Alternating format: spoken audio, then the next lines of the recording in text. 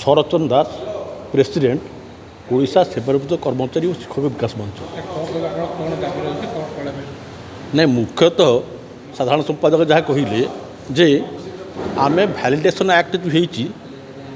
2025 मसीह ता विरुद्ध में सर्वभारतीय स्तर में प्रोटेस्ट डे ऑब्जर्व करा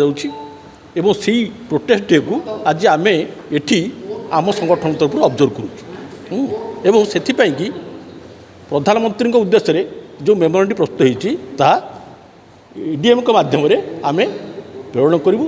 प्रधानमंत्री रिक्वेस्ट करुचु जे आपण ये भैलिडेसन एक्ट जहाँ एक कला आईन रूपे प्रतिपादित होची ताकू प्रत्याहार कर आज्ञा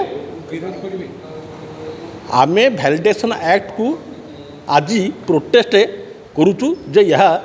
पेंशन स्वार्थ उपयोगी नुहे स्वार्थ व्याहत करुच्ची बहुधा विभक्त कर सुजोग दूची। मुख्यतः आपणकर अतीत जेते सुप्रीम कोर्ट आरंभ करी हाईकोर्ट पर्यंत जिते जजमेंट आसाला से समस्त जजमेंट को नलिफाए करी ये एक्टा जहाँकि आपण पेंशन मान क्षति साधन करुच्ची से दृष्टिकोण आम या प्रतिवाद दृष्टि पालन करुचु एवं प्रधानमंत्री रिक्वेस्ट करुचु जे आपण दयाकोरी ये एक्ट को प्रत्याहार करूँ।